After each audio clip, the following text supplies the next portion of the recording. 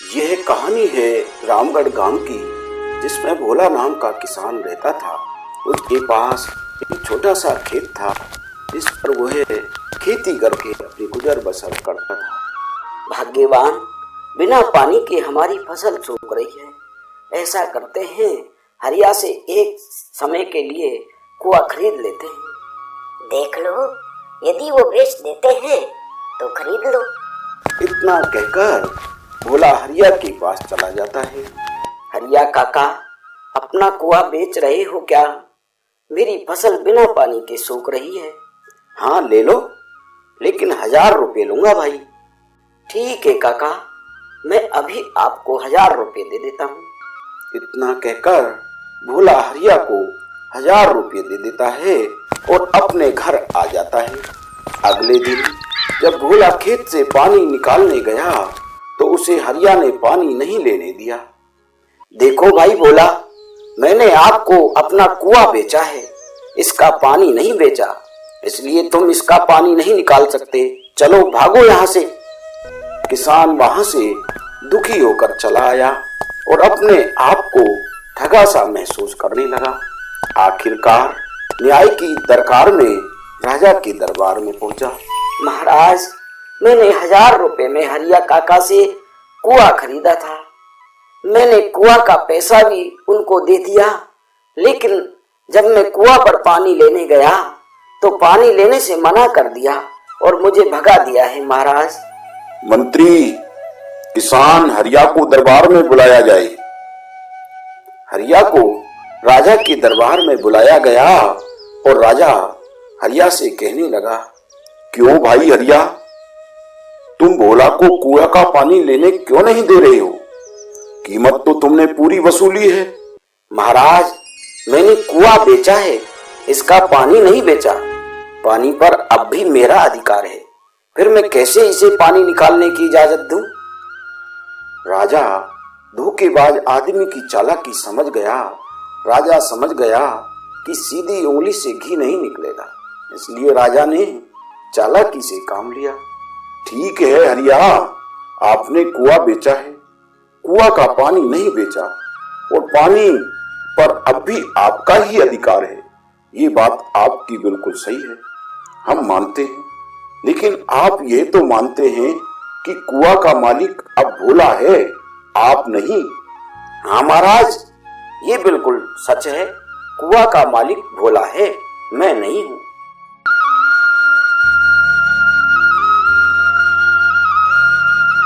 ठीक है, तो फिर हरिया आप ऐसा करो, फौरन भोला के कुआं से अपना पानी निकाल कर कहीं और ले जाओ, या फिर अपना पानी रखने का किराया भोला को दो। तुम अब भोला के कुआं में अपना पानी नहीं रख सकते। इतना सुनते ही धोखेबाज हरिया हक्का बक्का रह गया। भोला को बेवकूफ बनाने की चालाकी पर पानी फिर गया। महाराज, मुझे क्षमा कर दो, मैं आज के बाद कभी ऐसा नहीं करूंगा। हरिया, आपको क्षमा दान दिया जाता है, कभी दूसरों को धोखा मत दो। ऐसी चतुराई किसी काम की नहीं जिसमें दूसरों का बुरा। एक समय की बात है, चंदनपुर नामक गांव में हरिया नाम का एक गरीब किसान अपनी पत्नी झलको और अपनी जवान बेटी के साथ रहा करता था। हरिया अपने परिवार का भरण पोषण गांव की जमींदार के यहाँ मजदूरी करके किया करता। हरिया का गुजारा बड़ी मुश्किल से हो पाता। हरिया के घर में एक जवान बेटी थी जो शादी लायक हो चुकी थी। धन्नो के पापा, अपनी धन्नो अब शादी लायक हो गई है। कहीं बढ़िया सा लड़का देखकर इसकी शादी कर देते हैं। अरे भाग्यवान, अभी इतने पैसे ही कहाँ हैं अपने पास जो अपनी बिटिया की शादी कर दें। अजी, समय खराब चल रहा है। यदि समय रहते शादी नहीं की तो पता नहीं आजकल के लड़का लड़की क्या क्या गुल खिलाते हैं। मुझे तो डर लगता है, घर में सयानी बेटी है। भाग्यवान, बात तो आपकी सही है, लेकिन अब की बार अच्छी फसल होगी ना, और कुछ मेरी मजदूरी के पैसे आएंगे तो अच्छा सा घर बार देखकर शादी कर देंगे।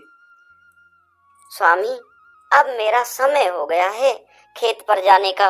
वहाँ से सब्जी तोड़ कर लानी है और गांव वाले सब्जी का इंतजार कर रहे होंगे। हरिया के पास एक छोटा सा खेत था जिस पर झलको सब्जी उगाती और गांव गांव जाकर बेचा करती। सभी गांव वाले भी उसी से ही सब्जी लेते। सब्जी ले लो सब्जी, ताजा ताजा सब्जी, 20 रुपए किलो सब्जी, ताजा ताजा सब्जी, सब्जी ले लो सब्जी। झलको अपनी सब्जी का टोकरा लेकर बैठ जाती है। तभी काम पर से मोती काका आता है। अरे झलको, कैसी हो? घर पर सब ठीक तो है ना? और बेटी का कहीं रिश्ता कर दिया क्या? हाँ काका, सब ठीक ही है। अभी पैसे की तंगी चल रही है तो सोचा अगली साल शादी कर देंगे। अभी तो रिश्ता नहीं किया काका। कोई बात नहीं बेटी, अभी तो धन्नों की उम्र ही क्या हुई है। अगली साल कर देना, ऐसी क्या जल्दी है जब घर का पैसा हो जाए। और बताओ काका, आज बाजार कैसे आना हुआ? और काकी कहाँ है? कई दिनों से देखा नहीं है। क्या बताऊं झलको बिटिया, तुम्हारी काकी अपने भाई से मिलने अपने गांव गई है।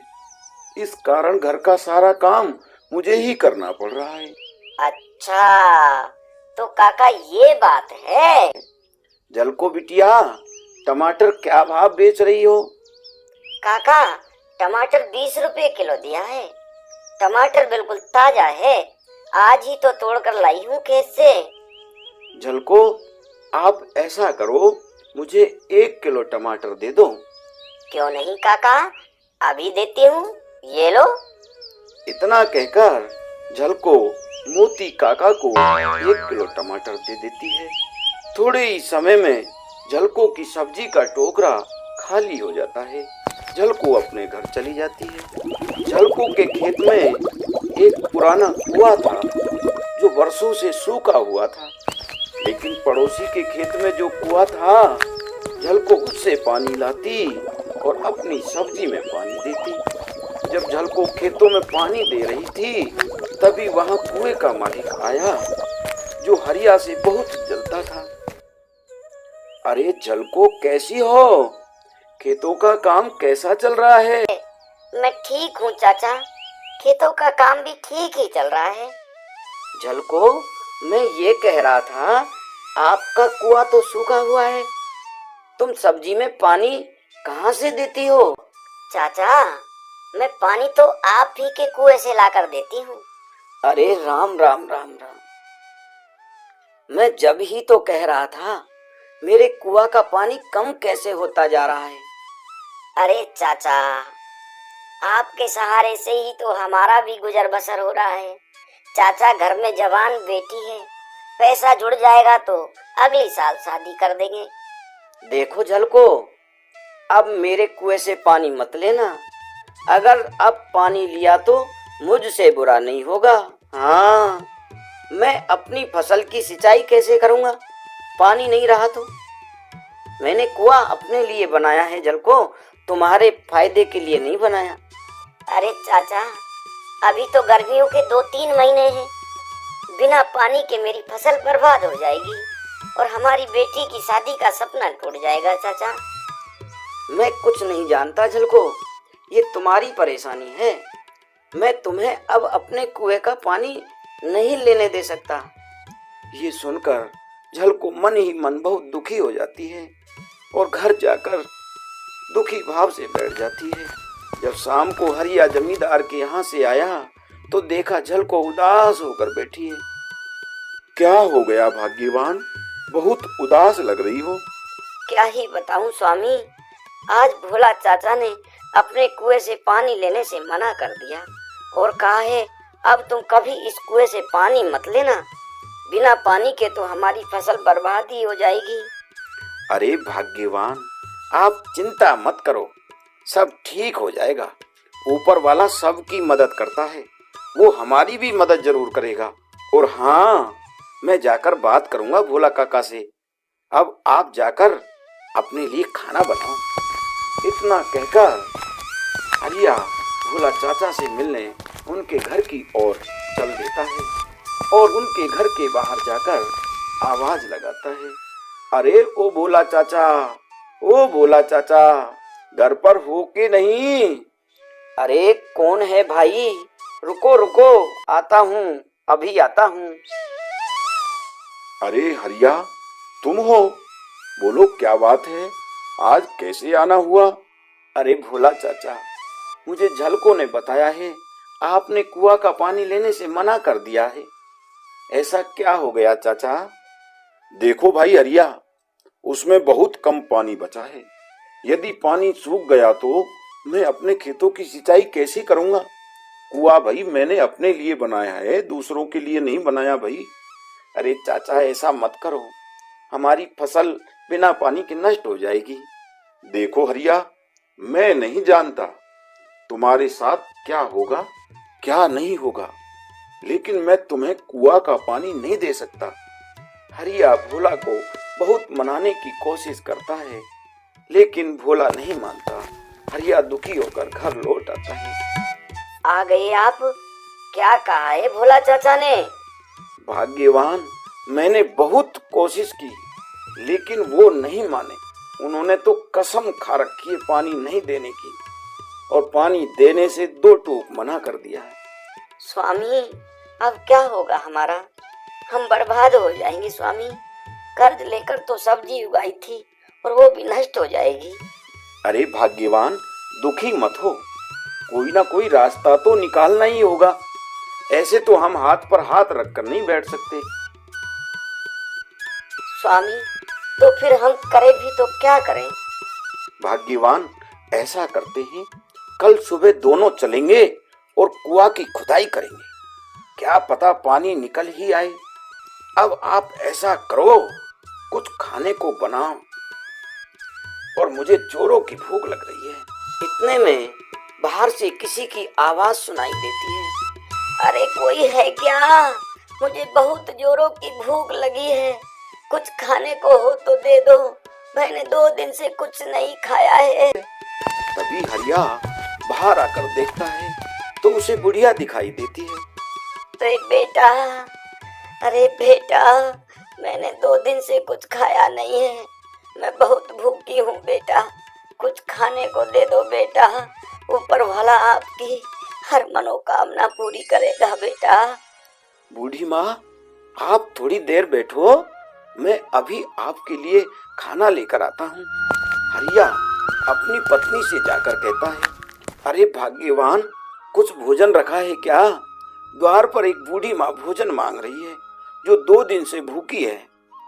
भोजन तो रखा है स्वामी, लेकिन वो आपके हिस्से का है, बूढ़ी माँ को दे देंगे तो आप क्या खाओगे? भाग्यवान, आप ऐसा करो, उसी को लेकर आओ। बूढ़ी माँ हमारे द्वार पर बड़ी आस लेकर आई है और 2 दिन से भूखी है बेचारी। स्वामी, फिर आप क्या खाओगे? अरे भाग्यवान, मेरी तो कोई बात नहीं है, मैं तो 1 रात बिना भोजन किए भी रह लूंगा। तभी हरिया और झलको बूढ़ी माँ को बड़े प्यार से हरिया के हिस्से का भोजन दे देते हैं। ये लो माँ, आप भोजन कर लो। बेटा, आपका बहुत बहुत भला हो, ऊपर वाला आपकी हर मनोकामना पूरी करेगा बेटा। बूढ़ी माँ, हमारी फसल बिना पानी के सूख रही है और पड़ोसी कुएं वाले ने भी पानी देने से मना कर दिया है। अब हम क्या करें माँ, बड़े दुखी हैं। बेटा, कल सुबह खेत पर जाकर ऐसा करना, ऊपर वाले का नाम लेकर 5 फावड़े लगाना कुएं में, आपके कुएं में पानी आ जाएगा। ये बूढ़ी माँ का आपको आशीर्वाद है बेटा। इतना कहकर बुढ़िया वहां से चली जाती है। हरिया और झलको सो जाते हैं। जब अगले दिन सुबह होती है तो हरिया फावड़ा लेकर अपने खेत पर चला जाता है। ऊपर वाले का नाम लेकर कुआं में 5 फावड़े लगाता है, तभी पानी की धारा कुआं में से निकलती है। अरे भाग्यवान, देखो देखो, ओ भाग्यवान, देखो जल्दी आओ, कुआं में पानी आ गया। बूढ़ी माँ की बात सच हो गई, भाग्यवान आओ जल्दी आओ, देखो। तभी जल को देखती है। अरे हाँ, सच में कुआं में तो पानी आ गया। बूढ़ी माँ का आशीर्वाद फलीभूत हो गया। भाग्यवान, हाँ, कुआं में अब हमारे दिन खुशी से गुजरेंगे। भाग्यवान, देखा, हम किसी की मदद करते हैं ना तो ऊपर वाला भी हमारी मदद जरूर करता है। इसलिए हमें गरीब असहाय व्यक्ति की मदद जरूर करनी चाहिए।